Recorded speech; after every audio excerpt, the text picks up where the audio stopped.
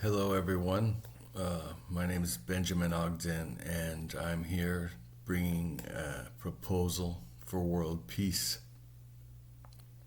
I believe now it's a critical time for humanity to unite together and form a world peace agreement. We've got multiple dangerous wars going on. We've got absolutely insanely impressive, but also insanely scary advancements going on with artificial intelligence, generative AI. Heaven forbid the two get mixed up. The results could be devastating, and it's just a risk that we really cannot take. I've proposed, I've actually written out this World Peace Treaty, so I'm going to read it to you now. It initially started as a six-part, six-phase World Peace Treaty, but I'm going to start from the beginning. So I'm going to be forwarding this to all the world government leaders, all the nations of state, heads of state, prime ministers, presidents, etc. I encourage you all to share this and contact your local representatives and encourage your support for the World Peace Treaty. So here we go. Constructive action and ground up approaches. The idea of constructive action through building bridges, sharing stories, and uplifting marginalized voices is paramount. Such a ground up approach aligns with the belief that societal change begins at the individual level, trickling up to affect larger institutions. For example, local peace building efforts can inspire larger governmental changes. This includes implementing community based conflict resolution mechanisms that could be scaled up to form a part of the United Nations of Earth, UNE, and their toolkit.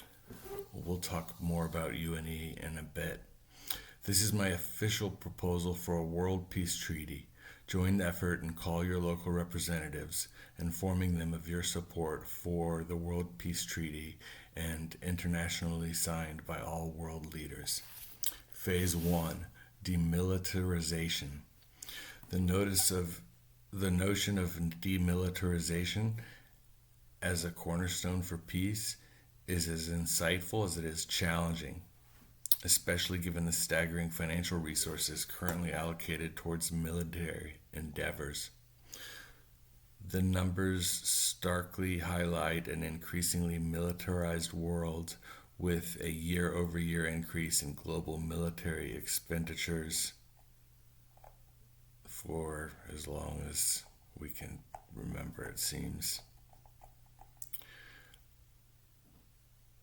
There's a multi-pronged approach we need to take to demilitarization. In order to address it effectively, a multi-pronged strategy needs to be adopted. These are some workable suggestions that can be integrated into phase 1, financial reallocation. The idea of redirecting even 10% of the total military expenditure towards humanitarian purposes is a transformative thought of significance. To put it in perspective, a mere 10% reallocation from the 2023 budget amounts to $218 billion. This could conceivably cover the cost of providing basic education for every child on Earth, estimated at around $39 billion by UNESCO. The remaining funds could be channeled into healthcare infrastructure and combating climate change and making advancements in artificial intelligence. I threw that last one in. It wasn't part of the proposal. So this is a proposal I've written out and I'm reading it to you guys now. I'm going to be forwarding this along and I hope we can make this happen. I've always known, just a little side note, I've always known I'm here to help people. It's my purpose in life to help people. And that over time, as I've gotten older and wiser, that's become more clear and crystallized. And most recently, it evolved into this. And I believe this is my purpose, to make this World Peace Treaty happen. So I'll continue. We have a phased timeline for the re-education of military expenditures. Makes the shift more palpable for nations concerned about immediate security risks. During the first year, a 10% reduction could be attempted, followed by incremental increases in subsequent years until the 10% target is reached. Disarmament milestones. Creating measurable milestones can help track the disarmament process. For instance, nations can agree to reduce their stockpile of specific weapon categories by a certain percentage within fixed time frames. The UNE, United Nations of Earth, would oversee this process and issue regular reports to all countries globally. Regional security pacts. It's essential to foster an environment where countries feel secure enough to disarm. Regional security pacts can serve as an interim measure, ensuring that neighboring countries commit to a mutual reduction in arms together. Global oversight. In addition to regional pacts, a global body could be created under the UNE, specifically tasked with monitoring demilitarization efforts. This body could use a range of tools from satellite imagery to on-ground inspections to ensure compliance. Economic incentives. Countries often produce arms as a source of income.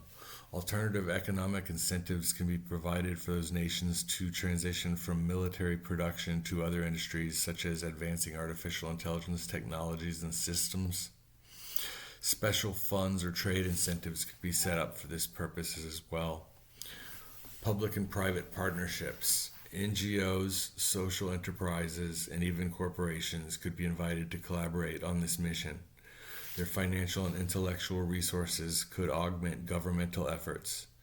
For instance, tech companies could develop robust tracking systems for disarmament efforts, while social organizations could run awareness campaigns. Next, we're going to look at cultural shifts. Last but not least, the cultural aspect of demilitarization should not be overlooked. Public perception is often influenced by media, history, and national narratives that glorify military strength. A coordinated global effort is needed to shift this narrative towards one that celebrates peace and diplomacy over military might. By adopting such an approach, demilitarization becomes not just a lofty ideal, but a practical, achievable goal. Through international cooperation, financial acumen, and cultural change, we may finally set the stage for a world where resources are devoted not to instruments of death and destruction, but to tools of growth and universal well-being for all of humanity in the newly formed United Nations of Earth, the UNE. Phase 2 of the World Peace Treaty is nuclear disarmament. Nuclear weapons carry an existential threat that looms large over humanity. Disarming these arsenals and storing them in Antarctica represents an innovative step towards the security of Earth's future. To enhance security, a blockchain-based surveillance system could be implemented where each ambassador from every country has a private key required to access the storage. All nuclear weapons will be buried deep inside a layer of fortified bunkers in the Antarctic ice, which are buried inside of further bunkers. This ensures transparency and mutual control, reducing the chances of unauthorized usage. The phase of nuclear disarmament within the overarching structure of a world peace treaty possesses a fascinating and audacious framework. the decommissioning of nuclear arsenals and relocation of these potent arms to Antarctica. The gravity of such a move can't be understated, as it's not merely a logistics or security issue, but a transformative shift in geopolitics, signaling a collective commitment to relinquish instruments of mass annihilation. As part of the World Peace Treaty, all nations and members of the UNE will agree to never use a nuclear weapon against humanity. It is agreed upon by everyone, all of humanity, on Earth, that these weapons are to be stored only for self-defense against an attacking alien invasion of Earth, or for space explorations and non-harmful scientific research in space. Geopolitical implications.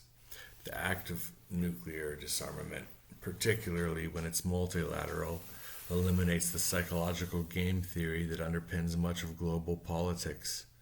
It removes the high-stakes calculations that often accompany geopolitical strategy, replacing them with an obligation for all nations to resolve conflicts through diplomatic means.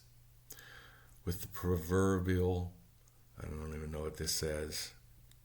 I wrote this with the help of ChatGPT, for the record, just to be clear. I'm not sure what that word is.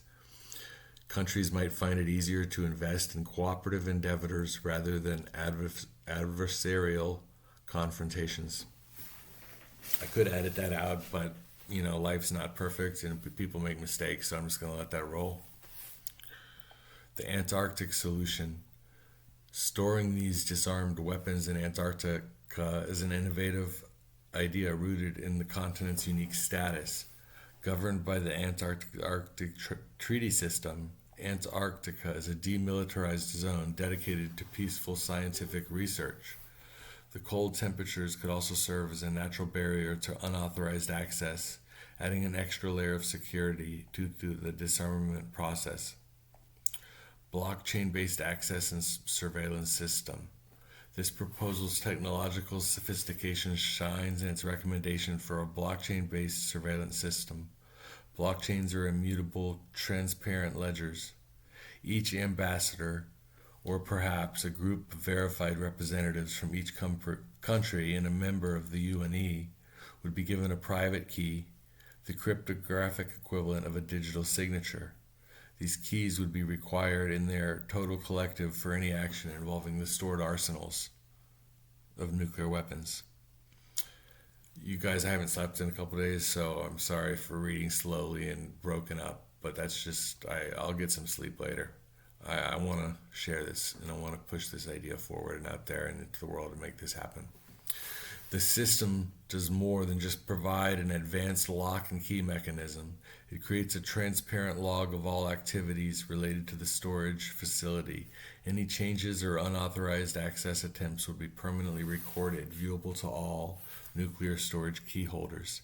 This mutual oversight, observable by all members of the United Nations of Earth, would discourage unilateral actions, effectively distributing the power and responsibility among the international community.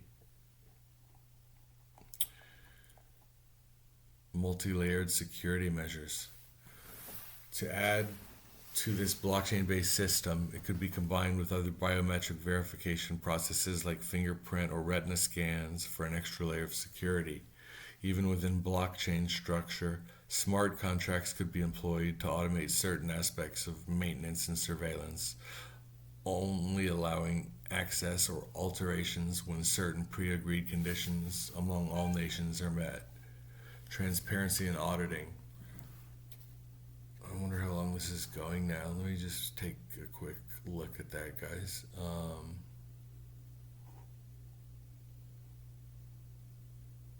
Here we go, sorry. 14 minutes, 32 seconds, okay. Transparency and auditing. For additional accountability, an annual or biannual independent audit by a neutral organization could be implemented. This would involve a detailed verification of the blockchain records and physical inspections to ensure compliance with UNE treaty terms. Deterrence against unauthorized usage.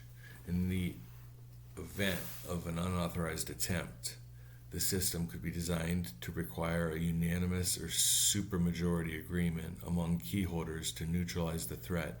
This makes it virtually impossible for any single nation to unilaterally deploy these formidable nuclear weapons. There are ethical considerations as well. The ethical ramifications of this phase are profound. Nuclear disarmament tied to a blockchain system would be a leap toward creating a worldwide framework of United Nations of Earth trust, where the faith in peaceful coexistence does not rely on the benevolence or stability of individual governments, but on a transparent, immutable UNE system verifiable by all. The nuclear disarmament phase within a world peace treaty offers a groundbreaking paradigm shift from a world held hostage by mutual destruction to one bound by mutual trust and verification. Its complex logistical, geopolitical, and technological aspects are weaved into a cohesive tapestry that could redefine how humanity perceives and achieves peace. Phase 3, the United Nations of Earth. I've been referring to it a couple times throughout the World Peace Treaty so far. But yeah, for Phase 3 of the World Peace Treaty, we formed the United Nations of Earth. The notion of a revamped United Nations, called the United Nations of Earth, the UNE, caters to the evolving needs of an interconnected, digitally fluent world. It promises to be a nexus for not only international diplomacy, but also citizen-led initiatives aiming to bridge the gap between high-level politics and grassroots activism. There are multiple facets of this forward-thinking concept, and explore further enhancements that could make it an exceptionally potent instrument for global unity and world peace for all of humanity and our futures present. The digital platform. In an age, so I'm like halfway done at this point, guys. So it's probably a 30-minute video or so. But I'm serious. This is the World Peace Treaty, and please show your support. Contact your representatives and do your best to move this forward. Share, like, and subscribe. And yeah, let's make the World Peace Treaty happen, everyone. The digital platform. In an age where the technology gives a voice to the masses, an online platform connected to the UNE can indeed democratize international decision-making. Such a platform should be designed for user-friendly, accessible, multilingual, and secure. It can serve as a conduit for ordinary people to propose policies, which could then be subjected to public debate and voting. Imagine a Reddit or Wikipedia for global governance, where the highest upvoted ideas ascend to official UNE agendas. AI moderators. To manage the gargantuan volume of contributions, AI-powered moderators could sift through proposals to filter out those that are redundant, irrelevant, or not aligned with the UNE's missions and humanitarian values. Human moderators could then take over to scrutinize the shortlisted items, ensuring that each one receives due consideration. Digital identity verification. To minimize the risk of fraud, a secure digital identity verification system could be in place. This ensures that each vote or proposal originates from a unique individual, thereby preserving the integrity of the democratic process. Global citizen input. The UNE could employ a points-based prioritization system for the resolutions. Proposals that have a more significant global impact or urgency could be given additional weight, while also considering the sheer number of votes or the geographic diversity of supporters. Global assemblies. Periodically, these digital proposals would culminate in the global assemblies, virtual or physical, where these citizen-proposed resolutions are formally discussed by representatives from each nation. A transparent reporting system would ensure that outcomes of these discussions are conveyed back to the citizenry, closing the feedback loop. Feedback mechanisms. Feedback systems could be integrated to gauge the efficacy and public sentiment about implemented policies. This way, the UNE can continually refine its actions, strategies, evolving into a truly adaptive learning organization that serves the people of Earth. Diplomatic training programs. Furthermore, the UNE could offer diplomatic training programs to the general public. Educating people about the complexities of international relations could engender a more informed, constructive discourse on the platform. One moment.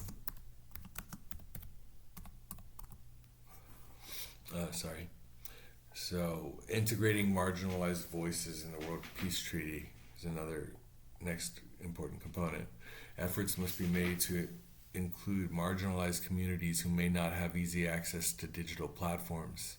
Satellite-based internet services or community centers equipped with internet facilities could be established to bridge this digital divide. The conflict resolution mechanism. The UNE would also play a crucial role in a conflict resolution, building upon its traditional strengths. Enhanced by real-time data analytics and global sentiment analysis, it could act more swiftly and effectively to mediate international disputes.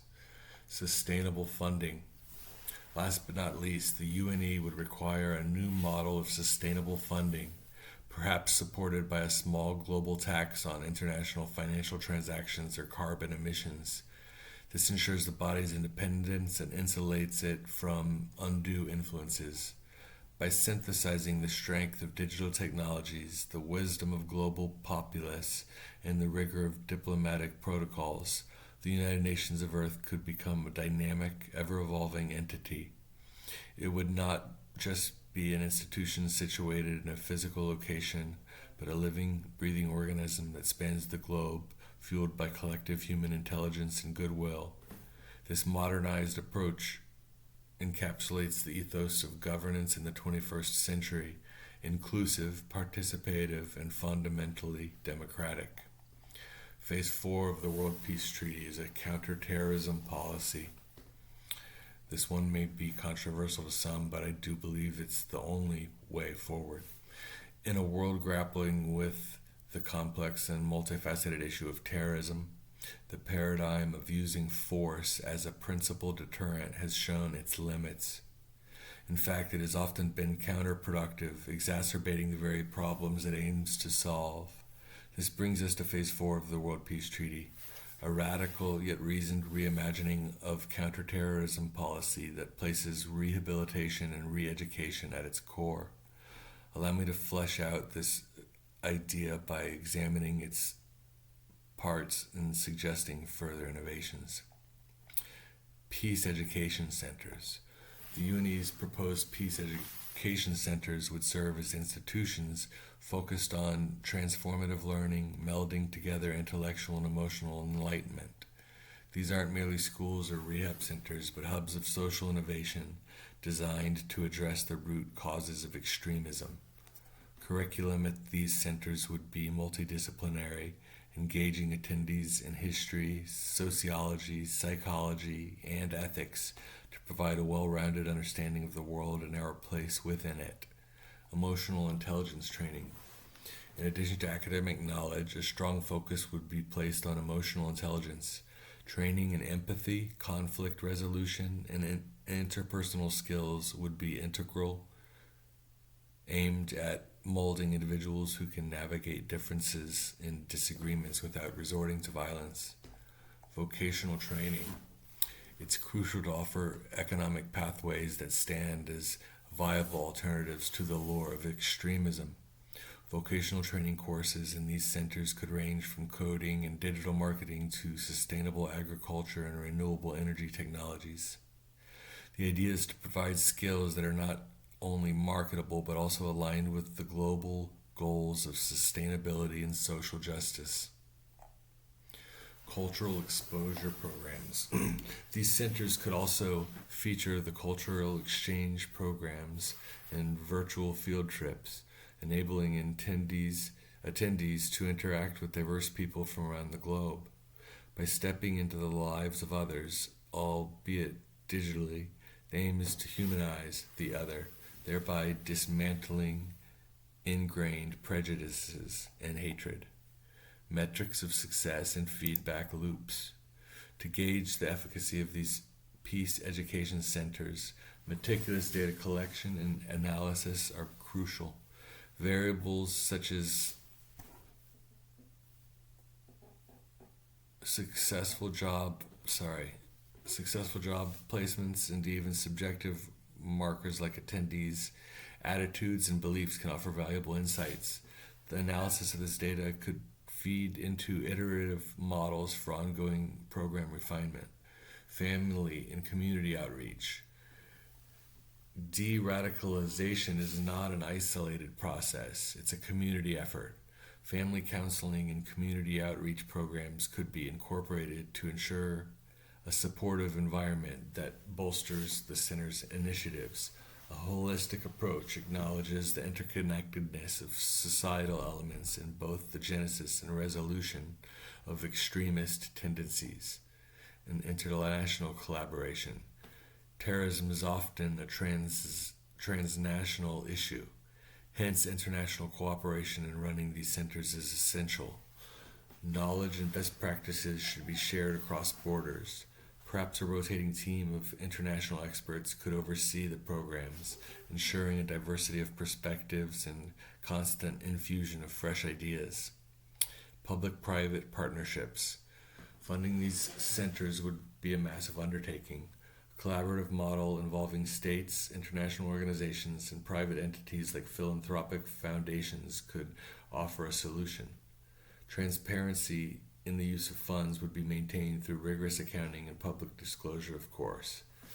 By adopting this rehabilitative, educational, and economically empowering approach, the UNE's counterterrorism policy could be a game changer for all of us.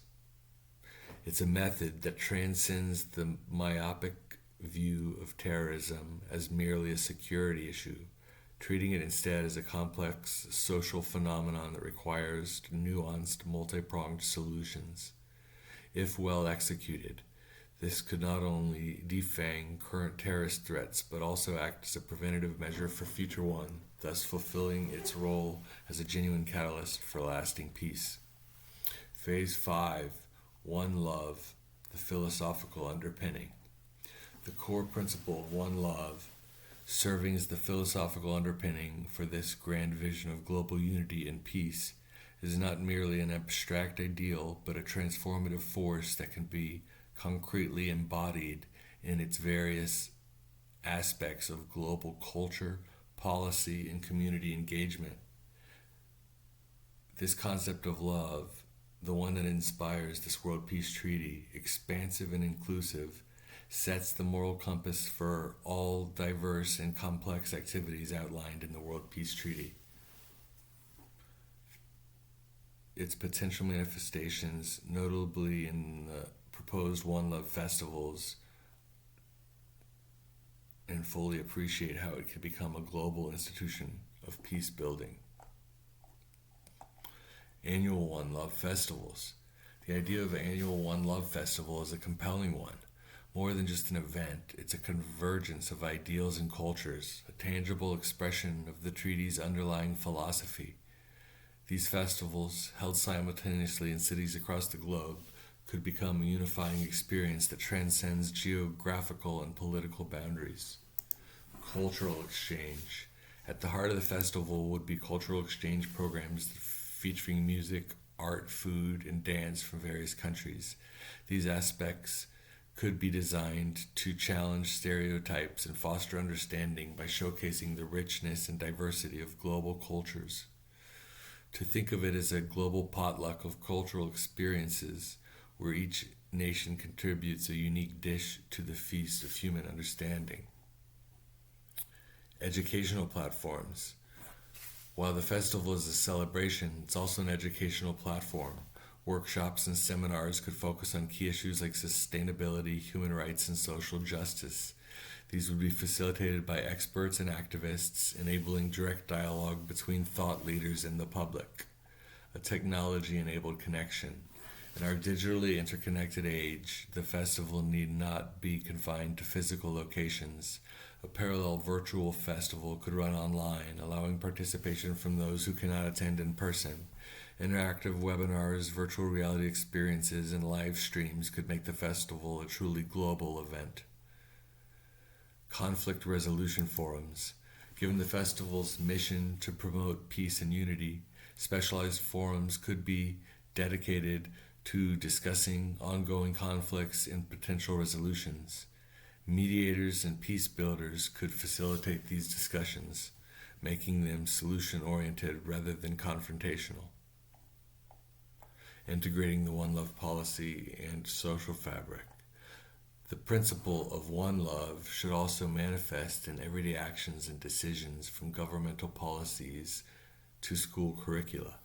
Policymakers can ask if new laws align with this ethos of compassion and unity. Teachers can instill these values in children from a young age, making them standard believers for a new era of peace and understanding in Earth's future. Measuring impact. The success of these festivals and the larger One Love philosophy can be gauged through both quantitative and qualitative measures. Surveys, interviews, and social metrics could assess shifts in public perception and attitudes. The rise or fall in hate crimes, conflict incidents, and community engagements could provide more concrete data. I am just going to quickly look. How long are we going? 31 minutes and 40 seconds.